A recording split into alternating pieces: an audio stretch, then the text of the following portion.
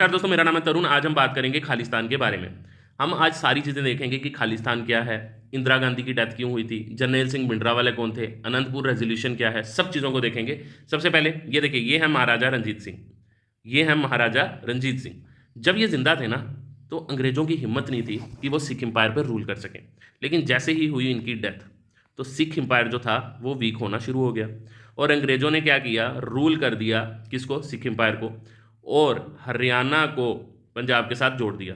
पहले जो था ना हरियाणा, वो पंजाब का हिस्सा नहीं था। हर चीज़ इस देश में अंग्रेज़ों के द्वारा ही की गई है, और उन बाद में उन चीज़ों को चेंज भी किया गया। और जब अब हरियाणा पंजाब में डाल दिया गया, फिर उसके बाद क्या हुआ, जो रंजीत सिंह के बच्चे थे, जो इनके बच्चे थे, इनको इन्होंने फॉरेन भेज दिया स्टडीज़ के लिए, ताकि ये बाद में कोई भी प्रॉब्लम जो है वो अंग्रेज़ों के लिए क्रिएट नहीं कर सकें। तो यहाँ पर फिर क्या हुआ, जब रंजीत सिंह की डेथ हो गई, तो अब इनका जो कल्चर था उसको भी अच्छे से रखना था। जो जैसे गुरुद्वारा थे, ये वो, तो गुरुद्वारे में क्या हुआ, अब गुरुद्वारों को ध्यान रखना था, तो लोकल महंत जो होते थे वो ध्यान रखना शुरू करने लगे गुरुद्वारा का। जिसकी वजह से सिख्स को अच्छा नहीं लगा। उन्होंने कहा ऐसा नहीं होना चाहिए। तो उन्होंने क्या किया, 1920 के दौरान उन्होंने एक मूवमेंट स्टार्ट किया जिसका नाम था अकाली मूवमेंट। इस मूवमेंट में इन्होंने अंग्रेज़ों पे प्रेशर बनाया, और इन्होंने एक कमेटी बनाई 175 मेंबर्स की, जिसको ये हम कहते हैं श्रीमनी गुरुद्वारा प्रबंधक कमेटी।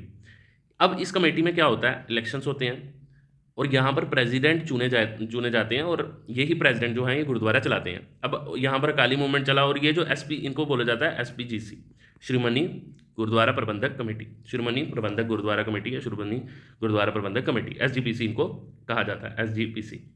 ठीक है। तो अब जब ये SGPC ये चली, अब गुरुद्वारों का तो हो गया कि ये लोग चलाएंगे, और अभी भी वैसे ही चल रहा है। जो सिख एम्पायर था ना, ये बहुत वेल्दी था, बहुत ज़्यादा वेल्दी था। तो सिख कम्युनिटी को क्या लगा कि जो अंग्रेज हैं, जब ये चले जाएंगे तो इनको इनका वापस सिख एम्पायर दे देंगे, ये ऐसे सोचने लगे। और फिर 1929 में एक स्टेटमेंट आती है मोतीलाल नेहरू की, वो कहते हैं पूर्ण स्वराज। जब वो कह देते हैं ये चीज़, तो उन्होंने कहा कि इंडिया एक डेमोक्रेटिक कंट्री बनेगी और यहाँ पे इलेक्शन होंगे। इनको ये चीज़ ठीक नहीं लगी, क्योंकि इनका हमेशा से, इनके स्कल्पचर्स आप देखोगे तो इनके स्कल्पचर्स में लिखा गया है राज करेगा खालसा। ये आप देखना, इनके जो जितने भी स्कल्पचर्स हैं उसमें लिखा हुआ है राज करेगा खालसा। और ये सारी चीज़ें जो थी, क्योंकि जो सिख होते हैं वो अपने रिलीजन को लेके बहुत ज़्यादा सेंसिटिव होते हैं। अब जब पहला झटका इनको मोतीलाल नेहरू जी ने दिया, और जब अब इनको लगा था कि जब अंग्रेज चले जाएंगे तो इनको इनका सिख एम्पायर दे देंगे। अब जब 1946 में जब ये बात होना शुरू हुई कि अब अंग्रेज आने वाले हैं, और क्या पता इनको इनका सिख एम्पायर मिल जाए, लेकिन अंग्रेजों ने कहा ऐसा नहीं होगा, हम नंबर्स पे बात करेंगे, जिसकी कम्युनिटी ज़्यादा होगी या जो होगा उस हिसाब से डिवाइड होगा। अब जो सिख थे उनको डर था, क्योंकि आप देखना 1941 में एक सेंसस हुआ था, उसका पंजाब में आपने अगर देखना है कि पंजाब में कितने लोग हैं, तो पंजाब में 1946 के दौरान जो मुस्लिम थे वो 53% थे, और जो हिंदू थे वो वहाँ पे 30% थे, और जो सिख थे वो वहाँ पर 15% थे। अब ये तीनों चीज़ें थी। अब इनको पता था अगर पार्टीशन हुआ तो मुस्लिम ज़्यादा हैं, तो इनको तो इनका सिख एम्पायर कैसे मिलेगा, और पार्टीशन हुआ तो इनको और खतरा है, क्योंकि अब पंजाब सपोज करो ये है, और इसमें से पंजाब का 66% हिस्सा पाकिस्तान में चले गया, और बचा हुआ जो है वो इंडिया में आ गया। अब यहाँ पर भी सिख कम्युनिटी को नुकसान हुआ।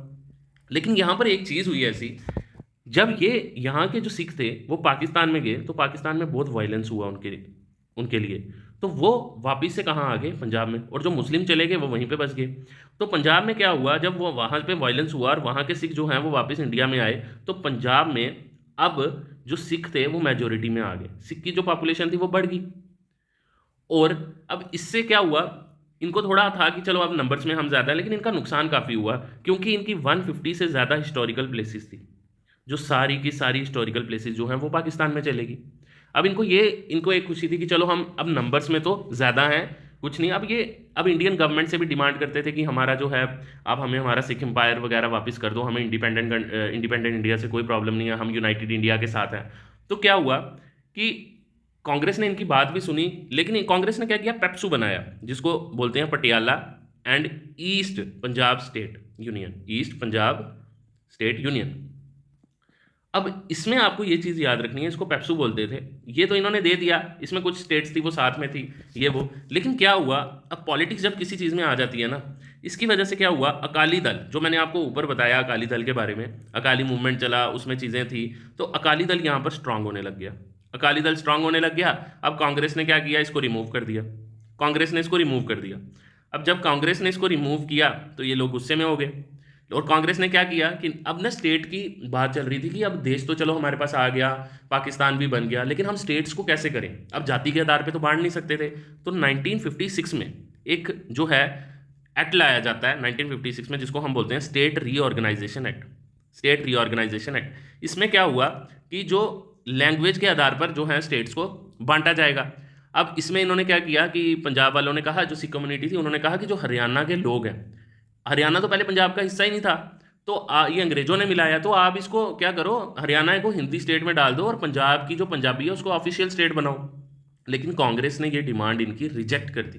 कांग्रेस ने कहा नहीं, ये नहीं हो सकता, अभी नहीं हो सकता, जिसकी वजह से यहाँ पर अब जो अकाली लीडर्स थे वो बहुत ज़्यादा गुस्से में आ गए। उन्होंने कहा बहुत हुआ। इनमें एक थे मास्टर तारा सिंह, उनका बहुत हुआ, ये जो चीज़ें चल रही हैं ये सुनते ही नहीं है, ये कुछ भी, इन्होंने ना बहुत ज़्यादा मूवमेंट्स चलाई, बहुत ज़्यादा मूवमेंट्स, और इवन इतनी राज करेगा खालसा, ये वो सब चीज़ें, क्योंकि सिख कम्युनिटी जो है वो बहुत दलेरी के साथ काम करती है। उन्होंने, आपने देखा होगा फार्मर प्रोटेस्ट में भी किस तरह इन्होंने किया, इन्होंने मूवमेंट्स चलाई, और मूवमेंट्स इतनी स्ट्रांग हुई, और 1960 से लेकर 1965 तक ये मूवमेंट्स बहुत चली। लेकिन अब जब देश की बात आती है, और सिख ने हमेशा आर्मी में अपना योगदान दिया, 1965 में क्या हो जाता है, वार हो जाता है। आपको पता है जब वार होता है तो सिख सामने आ जाते हैं, और सिख इंडिया का इतना साथ देते हैं, इतना साथ देते हैं, और सिख कम्युनिटी के लिए पूरे देश में इज्जत बन जाती है। और 1966 में इनकी क्या करते हैं, डिमांड जो है उसको एक्सेप्ट कर लेते हैं, और ये क्या करते हैं, पंजाब को डिवाइड कर देते हैं 1966 में। और पंजाब को डिवाइड, अब ये बहुत ज़रूरी है, देखो पंजाब को किस में डिवाइड करते हैं, हिमाचल प्रदेश अलग कर देते हैं, ये हरियाणा अलग कर देते हैं, क्योंकि पेप्सू बनाया था इन्होंने पहले, उसमें ये सारी स्टेट थी, हरियाणा को ये अलग कर देते हैं, और फिर पंजाब को ये अलग कर देते हैं। अब यहाँ पर इशू आता है चंडीगढ़ का। उन्होंने कहा कि जो चंडीगढ़ है वो हरियाणा और पंजाब जो हैं वो दोनों के लिए होगा, चंडीगढ़ हरियाणा और पंजाब दोनों के लिए होगा। लेकिन पंजाब में यहाँ पे भी लोगों को लगता है कि जो चंडीगढ़ है वो सिर्फ पंजाब को मिलना चाहिए, पंजाब का पानी पंजाब को मिलना चाहिए, सब चीज़ें जो हैं वो पंजाब को ही वहाँ पे मिलनी चाहिए। अब जब ये पंजाब को बांटा जाता है, पंजाब को अलग स्टेट बना दिया जाता है, हरियाणा को अलग, तो यहाँ पर अब जो इलेक्शंस होना शुरू होते हैं, पंजाब में क्या होते हैं, इलेक्शंस होते हैं, और इलेक्शंस में ऐसा होता है कि जो अकाली दल है वो बहुत ज़्यादा स्ट्रांग होता है, और अकाली दल यहाँ पे इलेक्शंस को जीत जाता है। लेकिन क्या होता है यहाँ पे, जो अभी हो रहा है देश में, जो भी अकाली दल का लीडर जीतता था, जिसके पास मतलब ज़्यादा एमएलए होते थे, वो क्या करता था, बगावत कर देता था, और फिर वो कांग्रेस के साथ जुड़ जाता था, तो सरकार टूट जाती थी, सब चीज़ें जो होती थी ऐसी ही होने लगती थी। लेकिन क्या हुआ, 1972 में कांग्रेस इलेक्शन जीत गई। अकाली दल 2-3 बार इलेक्शन जीता, लेकिन क्या होता था, हार जाता था, 5 टर्म ही नहीं कंप्लीट करता था। लोग बोलते थे यार ये अकालियों को जिताते हैं ये, लेकिन फिर भी कर नहीं पड़ते थे। और 1972 में क्या हुआ, कांग्रेस ने इलेक्शन को जीत लिया। अब जब कांग्रेस ने इलेक्शन को जीत लिया, अब अकाली दल तो फ्री थोड़ी बैठेगा, जैसे अभी कांग्रेस फ्री बैठी हुई है, इतना कुछ करती नहीं है। आप देखना कि जो कांग्रेस को अभी करना चाहिए वो वैसी चीज़ें नहीं कर रही है, क्योंकि वो अभी भी जो मुद्दे हैं, लोगों के साथ जो अटैचमेंट वाले मुद्दे हैं, उनको नहीं उठाती। लेकिन उस वक्त जो अकाली दल था, उस वक्त के लीडर्स बहुत सेंसिटिव होते थे। उन्होंने क्या किया, उन्होंने रिलीजन बेस्ड पॉलिटिक्स पंजाब में करना शुरू कर दी। मतलब पंजाब की बात करेंगे, पंजाब के धर्म की बात करेंगे, और एक रेजोल्यूशन लाया जिसका नाम था आनंदपुर साहिब रेजोल्यूशन। अब इस रेजोल्यूशन में क्या था, ये समझने वाली बात है। इन्होंने कहा कि भैया जो पंजाब का पानी है ना, वो सिर्फ पंजाब को मिलना चाहिए, पंजाब का पानी पंजाब को, ठीक है। दूसरी चीज़, सेंट्रल गवर्नमेंट जो है उसकी बहुत कम दखल होनी चाहिए पंजाब में। जैसे आपने J&K में देखा होगा कि कुछ इश्यूज़ में जो थी सेंट्रल गवर्नमेंट जो थी नहीं बोल सकती थी, लेकिन अब तो कंप्लीटली टेक ओवर कर लिया। लेकिन पंजाब भी यही चाहता था कि सेंट्रल गवर्नमेंट की कम दखल होनी चाहिए। और तीसरा था आनंदपुर रेजोल्यूशन में जो था, वो था कि चंडीगढ़ जो है वो पंजाब को ही मिलना चाहिए, चंडीगढ़ जो है वो पंजाब को ही मिलना चाहिए। ये 3 चीज़ें जो थी ये हमेशा से इनके लिए रही। अब यहाँ पर क्या होता था, ये जो आनंदपुर रेजोल्यूशन था, कांग्रेस की सरकार थी, रिलीजन बेस्ड पॉलिटिक्स ज़्यादा होगी, कोई भी नेता आता था वो आनंदपुर रेजोल्यूशन की बात करता था और वो चमक जाता था। इसको एक ना वेपन की तरह यूज़ करने लगा। रिलीजन बेस्ड पॉलिटिक्स इतनी बड़ी, पंजाब का पानी, पंजाब हमारी ये है, ये वो सारी, और रिलीजियस इतनी होगी, इतनी ज़्यादा होगी, इतनी कि कांग्रेस परेशान होगी। अब कांग्रेस ने जो किया ना, अब आप सोच नहीं सकते कि कांग्रेस ने क्या किया। मैं आपको बताता हूँ। यहाँ पे एंट्री होती है उस आदमी की जिसने पूरी पॉलिटिक्स बदल दी, पूरी की पूरी पॉलिटिक्स बदल दी, और उस आदमी का नाम था जरनैल सिंह भिंडरावाला। जरनैल सिंह भिंडरावाला। ये नाम आपने कितनी बार सुना होगा। एक्चुअली क्या है ना, ये पंजाब में एक कल्चर है, जो जहाँ का होगा वहाँ के उसके साथ नाम जोड़ देते हैं। भिंडरा वाले एक गांव है, भिंडरा एक गांव है, तहसील है, मोगा तहसील है, उसमें एक गांव है भिंडरा गांव। तो वहाँ से इसका नाम जरनैल सिंह था और भिंडरा गांव का था तो भिंडरा वाले हो गया। जैसे सिद्धू मूसा पिंड का है तो उसको मूसे वाले बोलते हैं, तो सिद्धू मूसे वाला हो गया। जैसे जरनैल सिंह भिंडरा वाला, तो आपको समझ आ गया कि भिंडरा वाला जो है वो उनका सरनेम नहीं है, वो उनका गाँव का नाम है। तो यहाँ पर क्या हुआ, अब जब मैंने आपको ऊपर बताया कि अकाली दल ने पूरी रिलीजन बेस्ड पॉलिटिक्स वहाँ पे शुरू कर दी थी, उन्होंने वहाँ पर अनंतपुर रेजोल्यूशन लाया, सिख कम्युनिटी को मतलब उनको पानी मिलना चाहिए, उन्हीं का पानी है, जो भी चंडीगढ़ उन्हीं को मिलना चाहिए, सेंट्रल गवर्नमेंट की कम होनी चाहिए दखल, रिलीजियस बेस्ड पॉलिटिक्स जो थी वो शुरू हो गई। तो यहाँ पर क्या हुआ, कुछ लीडर्स थे वो कांग्रेस के संजय गांधी से मिले। उन्होंने संजय गांधी को कहा कि हम क्या करते हैं, एक फेस उतारते हैं और वो फेस जो है वो हम अकाली दल के लिए यूज़ करेंगे और वो भी रिलीजन बेस्ड बातें करें। और वो बंदा कौन था, जरनैल सिंह भिंडरावाला। अब जरनैल सिंह भिंडरावाले को इन्होंने ऐसे ही यूज़ किया था अकाली दल के खिलाफ और कांग्रेस सपोर्ट करती थी। अब भिंडरावाला कोई भी स्टेटमेंट देता था रिलीजन बेस्ड, उसने सबसे पहले क्या काम करना शुरू किया, उसने ड्रग्स के खिलाफ, कि ड्रग्स नहीं लेने, अपने बाल नहीं कटवाने, मतलब पंजाब के कल्चर को प्रिजर्व करने की बातें करता था। और वो इतनी बातें करता था, मतलब वो हमेशा से उन्होंने यही किया कि वो मतलब पंजाब के जो बच्चे थे उनको ड्रग्स में नहीं जाने देते थे, सारी चीज़ें जो थी वो मतलब केयर करते थे एक तरह से पूरे ज़्यादा पंजाब में। और फिर क्या हुआ, एक्चुअली यहाँ पर एक प्रॉब्लम है, जो सिख है ना और निरंकारी सिख हैं, इन दोनों के बीच में ना थोड़ा प्रॉब्लम है। ये प्रॉब्लम है, जो सिख हैं वो कहते हैं कि जो लास्ट 10वें गुरु थे वो गुरु गोबिंद सिंह जी हैं, उसके बाद कोई नहीं है। लेकिन जो निरंकारी सिख बोलते हैं वो ऐसे है कि उनके लिए वो कई और भी वो मानते हैं कि ऐसे गुरु हो सकते हैं या लीडर्स को भी कहे जाते हैं। अब क्या हुआ, 18 अप्रैल को 13 अप्रैल को 13 अप्रैल को 13 अप्रैल 1978 में निरंकारी सिख जो हैं वो एक इवेंट करते हैं। उसमें यही कि लीडर कौन बनेगा गुरु के लिए, ये वो। तो भिंडरावाला कहता है कि मैं ये इवेंट होने ही नहीं दूंगा, क्योंकि भिंडरावाला जो था वो गुरु गोबिंद सिंह जी का था और वो निरंकारी सिखों का जो इवेंट था उसको नहीं होने देता। और यहाँ पर 19 लोग जो मरवा दिए जाते हैं, मारे जाते हैं, 19 लोग मारे जाते हैं। तो जब 19 लोग मारे जाते हैं तो कांग्रेस जो है वो भिंडरावाले को अरेस्ट नहीं करती। अब जब भिंडरावाले को अरेस्ट नहीं करती तो यहाँ पे बहुत ज़्यादा वायलेंस हो जाता है पंजाब में। पंजाब में इतना वायलेंस हो जाता है कि लोग जो आते हैं कि इसको अरेस्ट करो, आप अरेस्ट नहीं करते, ये वो। तो कांग्रेस को अब अरेस्ट करना पड़ता है, लेकिन कांग्रेस फिर भी अरेस्ट नहीं करती, करेंगी फिर छोड़ना पड़ता है, करती या नहीं करती है। लेकिन क्योंकि इतना ज़्यादा सपोर्ट हो जाता है भिंडरावाले के लिए, फिर क्या होता है, 1981 में एक सेंसस होता है उसी के कुछ सालों बाद। तो इसमें जो है भिंडरावाला कहता है हर किसी को कि आपने यही कहना है कि पंजाबी हमारी ऑफिशियल भाषा है। जो हिंदू रहते हैं वो भी यही बोलेंगे कि पंजाबी भाषा है। तो हिंदू जो लीडर्स थे वो वहाँ पर ये बोलते थे कि आपको हिंदू जो है वो यही बोलेंगे कि हमारी हिंदी है जो वो मातृभाषा है। वो इसकी वजह से क्या होता है, जो हिंदू लीडर बोल रहा था ये बातें कि हिंदी भाषा, भिंडरावाला के जो सपोर्टर्स थे वो उनको मरवा देते हैं, किलिंग। अब इसकी वजह से और अरेस्ट प्रोटेस्ट होते हैं ये वो, और इस बार क्या होता है, भिंडरावाले को अरेस्ट कर देते हैं। अब जब भिंडरावाले को अरेस्ट करते हैं तो भिंडरावाले को ये बात अच्छी नहीं लगती। अब ये भिंडरावाले के सपोर्टर इतने सड़कों पे आ जाते हैं, इतना वायलेंस होता है कि सरकार को मजबूरन भिंडरावाले को छोड़ना पड़ता है। अब कांग्रेस की सरकार के खिलाफ हो जाता है भिंडरावाला, और वो क्या करता है, अकाली दल के साथ मिल जाता है भिंडरावाले जब अकाली दल के साथ मिल जाते हैं और अकाली दल प्लस भिंडरावाला हो जाता है। अब वो क्या करते हैं, भिंडरावाले जो अपने लोगों के साथ है वो सारी चीज़ें करने लगते हैं कि अब सपोर्ट बनाने लगते हैं अकाली दल के साथ, उनकी अपनी भी लोग होते हैं भिंडरावाले के, तो वो सारी चीज़ें होती हैं।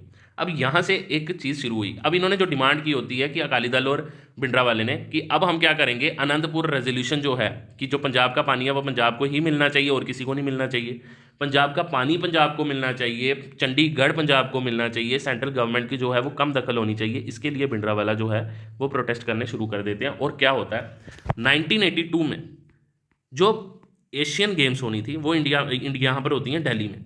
और आपने देखना कभी भी ना कोई नेशनल इवेंट होता है या कुछ होता है ना, तो कोई आए ना वो उस चीज़ के सामने प्रोटेस्ट करता है ताकि उनको ग्लोबल जो है वो कवरेज मिले। और यहाँ पर क्या हुआ, अब राजीव गांधी सारे इवेंट्स को जो देख रहे थे वो राजीव गांधी देख रहे थे। तो यहाँ पर ये चीज़ हुई कि राजीव गांधी को था कि यहाँ पर सिख्स जो हैं वो कुछ गड़बड़ कर सकते हैं या जो प्रोटेस्ट है वो हो रहा है। तो राजीव गांधी ने क्या किया, सिर्फ जो भी दिल्ली में बसेज आती थी, सपोज करो पंजाब से बस आ रही है, हरियाणा से बस आ रही है, जो भी कहीं से भी आती है दिल्ली वाली साइड, तो उनकी सिर्फ सिखों की चेकिंग होने लगी। आर्मी ऑफिशियल्स थे वो जो सिख थे उनकी भी चेकिंग होने लगी, जिसकी वजह से सिख जो थे वो बहुत गुस्से में हो गए, बहुत ज़्यादा गुस्से में। और भिंडरावाले ने इनको सपोर्ट किया, भिंडरावाले ने कहा ये नहीं होना चाहिए, ये नहीं होना चाहिए। और सारी जो है भिंडरावाले एक टाइप का कांग्रेस के बिल्कुल खिलाफ हो गया। और भिंडरावाले जो थे अब वो गोल्डन टेम्पल के अंदर चले गए। अब यहाँ पर वो गोल्डन टेम्पल को एक सेफ चीज़ मानकर गोल्डन टेम्पल के अंदर छुपने चले गए और वहाँ पर चले गए अंदर। उनको क्योंकि पता था गोल्डन की मंदिर के अंदर कौन आएगा, गुरुद्वारे के गुरु साहब के घर में कौन आएगा, कि उनको पता था यहाँ पर कोई आर्मी नहीं आएगी ये वो। और इनके पास इतने वेपन्स वगैरह हो गए थे, इन्होंने अपने लोगों को तैयार कर लिया था, इनके पास वेपन्स थे, हर चीज़ जो थी इनके पास थी। अब यहाँ पर जब इनको पता चला कि गुरु के घर कौन आएगा, तो फिर इन्होंने क्या किया, यहाँ पर ऑपरेशन ब्लू स्टार चला दिया गया आर्मी के द्वारा। और इंदिरा गांधी उस वक्त जो थी वो प्रधानमंत्री थी। कांग्रेस के साथ जो भिंडरावाला का था वो बिल्कुल अब नहीं बन रहा था इतना। ऑपरेशन ब्लू स्टार चलाया गया। इसके लिए सबसे पहले क्या किया, कुछ सिविलियंस को अंदर भेजा जाता था जो वो देखते थे लोकेशन क्या थी। एक्चुअली अगर आप गोल्डन टेम्पल पर जाते उस वक्त, तो यहाँ पर अटल तख्त था, अटल तख्त था जिसमें जो था भिंडरावाला रहता था। यहाँ पे टेम्पल था और बीच में स्पेसिस थी। तो यहाँ पर जो थी लोकेशंस इनको पता चली, लेकिन इतने ज़्यादा लोग थे कि आप सोच भी नहीं सकते। 3 जून से 6 जून के बीच में ये अटैक होना था कि मतलब भिंडरावाले को जो है वो ख़त्म करना है, और जो अंदर उनको लगता था कि ये जो लोग हैं इनको हमें जो मतलब प्रॉब्लम डाल सकते हैं इंडिया के लिए। तो 3 जून को क्या था, अर्जुन देव जी का शहीदी दिवस था और बहुत ज़्यादा लोग थे, और भिंडरावाले ने उन लोगों को भी अंदर रख लिया। अब आर्मी ने यहाँ पर क्या किया, टैंक्स वाले वगैरह लाए, सारी चीज़ें जो थी वो लाई, बेसिक नेसेसिटीज़ गुरुद्वारे के लिए बंद कर दी, और बहुत ज़्यादा जो लोग थे वहाँ पे, और आर्मी ने टैंक से गोलियों से अटैक करना शुरू कर दिया। और अटल तख्त में अटैक हुआ, और कुछ जो थी चीज़ें वो टेंपल पे भी अटैक हुई, जिसकी वजह से सिख कम्युनिटी बहुत गुस्से में आ गई। अब क्योंकि जो सिख हैं वो हमेशा सेंसिटिव रहते हैं, और जब उन्होंने देखा कि गोलियां टेंपल में भी लगी हुई हैं, अटल तख्त में भी लग गई हैं, तो वहाँ पे गुरु ग्रंथ साहिब की लोगों ने कस्में खाई कि हम जो है इसका बदला लेकर रहेंगे ही रहेंगे, ताकि हमको अपनी जान कुर्बानी कर पड़े या कुछ भी। और इंदिरा गांधी भी जब टेंपल के अंदर गई, जब उन्होंने सीन्स देखे तो वो बहुत डिस्टर्ब हुई थी इस चीज़ को लेकर। और फिर अब देखो, बदला तो लेना था उन्होंने जो थे, और इसलिए सलाह भी दी गई थी इंदिरा गांधी को कि आप अपने जो आर्मी के मतलब जो आपके बॉडीगार्ड्स हैं उससे आप सिख कम्युनिटी के जो लोग हैं उनको बाहर निकाल दो, क्योंकि ये आपके लिए बाद में खतरा हो सकते हैं। अभी भिंडरावाले की डेथ हो गई थी, ये भिंडरावाले हैं, तो भिंडरावाले की डेथ हो गई थी।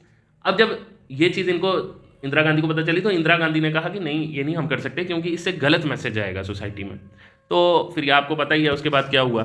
उसके बाद 18 बुलेट्स मारकर इंदिरा गांधी की डेथ होगी। 18 बुलेट्स मारी और इंदिरा गांधी जी की क्या होगी, डेथ होगी। अब जब इंदिरा गांधी को सोनिया गांधी एम्स में लेके जा रही थी, इंदिरा गांधी जी को सोनिया गांधी ने एम्स में लिया, तो वहाँ पर उसके बाहर अब जहाँ पे हिंदू 1984 में आपको पता होगा हिंदू सिख राइट्स जो हुए, मतलब सिखों की बहुत ज़्यादा मतलब उनकी वुमेंस की डिसरिस्पेक्ट की गई, गाड़ियाँ जला दी गई, सपोर्टर जो कांग्रेस के थे वो उतर के मतलब इतनी चीज़ें खराब कर दी, गाड़ियों में आग लगा दी गई, मतलब पूरे क्लैशेस टर्मोइल इतना हो गया था कि मतलब सिख्स के लिए बहुत मुश्किल हो गया था।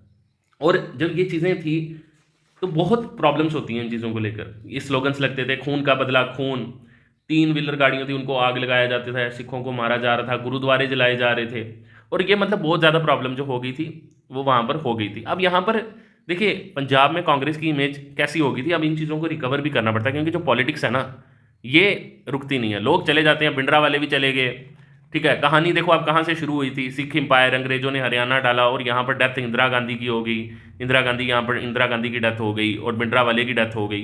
तो चीज़ें जो भिंडरावाले की एक सोच थी, और अब जो सोच थी वो ख़त्म नहीं हो सकती है। तो सपोर्टर्स तो भिंडरावाले के थे ही। तो राजीव गांधी ने, आप कहा जब राजीव गांधी इलेक्शन जीते आने वाले टाइम, उन्होंने कहा कि सबसे पहले मैं क्या करूंगा कि जो मेरी पंजाब का मुद्दा है वो मेरी टॉप प्रायोरिटी रहेगा। उन्होंने अकाली लीडर्स जो उस वक्त जेल में थे उनके साथ एक अकॉर्ड साइन किया, जिसको राजीव लौंगेवाल अकॉर्ड कहा जाता है। इस अकॉर्ड में यही था कि 1985 में ये हुआ था कि जो 26 जनवरी 1986 को चंडीगढ़ जो है वो पंजाब में डाल दिया जाएगा। अब यहाँ पर ये चीज़ थी, लेकिन हरियाणा वालों ने कहा, अब क्योंकि हरियाणा वालों के लिए भी चंडीगढ़ था, हरियाणा वालों ने कहा कि आप ऐसा करोगे तो हम आपको वोट वगैरह कुछ नहीं देंगे, क्योंकि वहाँ के लीडरों ने कहा। तो राजीव गांधी इससे डर गए और राजीव गांधी ने ये चीज़ की नहीं। और फिर क्या हुआ, जो भिंडरावाले के सपोर्टर थे वो वापस गोल्डन टेम्पल में छुपना शुरू कर देते थे, तो फिर वापस ऑपरेशन ब्लैक थंडर जैसी चीज़ें करके वहाँ पर जो है उनको निकाला जाता था। फिर बहुत ज़्यादा चेकिंग ली जाती थी, क्योंकि वेपन्स बहुत पंजाब में चले गए थे उस वक्त। और फिर क्या हुआ, अब इन चीज़ों को रिकवर भी करना था। तो आपने देखा होगा कि मनमोहन सिंह को भी प्रधानमंत्री बनाने की एक वजह ये भी थी। मनमोहन सिंह की जो प्रधानमंत्री बनाया उसका एक रीज़न ये भी माना जाता है कि लोग कहते हैं कि ये इस वजह से भी मनमोहन सिंह को प्राइम मिनिस्टर बनाया, क्योंकि कांग्रेस की इमेज बहुत अलग हो गई थी, क्योंकि गोल्डन टेम्पल पे अटैक होना और सिख कम्युनिटी पूरे वर्ल्ड में है, ये ग्लोबल चीज़ हो जाती है, और आज भी उनको ये चीज़ें जो है वो फील होती हैं। और यहाँ पे और चीज़ें कब खराब होने लगी, अब चीज़ें स्मूथ चल रही थी, लेकिन क्या हुआ 1 जून 2015 को कुछ ऐसी चीज़ें हुई जिससे उनके अंदर और घुसाना है। गुरुद्वारा एक कुछ गुरुद्वारों में जो है ग्रंथ साहिब के साथ पेजेस के साथ थोड़ी दखल देना शुरू कर दी गई और वहाँ पे माहौल ख़राब करने लगा। तो दीप सिद्धू एक व्यक्ति थे, दीप सिद्धू। अब दीप सिद्धू ने क्या किया, दीप सिद्धू ने एक संगठन बनाया जिसका नाम था वारिस पंजाब दे, वारिस पंजाब दे। अब यहाँ पर इस संगठन को चला रहे थे, इसमें था कि पंजाब के राइट्स के बारे में ही बात करेंगे कि पंजाब में क्या चीज़ें हैं जो वो चलनी चाहिए, चंडीगढ़ जो है, पंजाब का पानी पंजाब को मिलना चाहिए। तो फिर दीप सिद्धू की क्या हो जाती है, गाड़ी में डेथ हो जाती है। दीप सिद्धू ने, आपने पता होगा, फार्मर प्रोटेस्ट में भी काफ़ी ज़्यादा हिस्सा लिया था। अब दीप सिद्धू की जो है वो क्या हो जाती है, डेथ हो जाती है। अब जब दीप सिद्धू की डेथ हो जाती है तो दुबई से एक बंदा आता है जिसका नाम है अमृतपाल।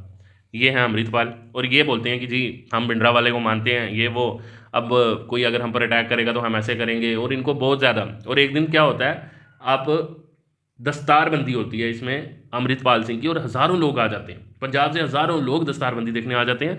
और इसमें लोग जो नेता वहाँ के वो हैरान हो जाते हैं कि मतलब इतना टाइम लगता है उनको लोग इकट्ठा करने में, और इस बंदे ने ऐसे किया, दुबई से ये आया था। और फिर एक दिन क्या होता है, इन्हीं का जो साथी होता है जिसका नाम है तूफान सिंह, उसको पुलिस कर लेती है अरेस्ट। अब तूफान सिंह पुलिस जब अरेस्ट कर लेती है तो ये क्या करता है, ग्रंथ साहिब अपने साथ लेकर जाता है। अब कांग्रेस या कोई भी पॉलिटिक्स में देखो आप, उनको गोल्डन टेम्पल का पता है क्या हुआ था, उसके बाद इंदिरा गांधी की डेथ हुई, तो पुलिस जो है वो अमृतपाल सिंह के सामने घुटने टेक लेती है कि नहीं, क्योंकि गुरु ग्रंथ साहिब थे इनके पास और वो नहीं करते, और ये इनके पास ज़्यादा जो है वो पावर आ जाती है।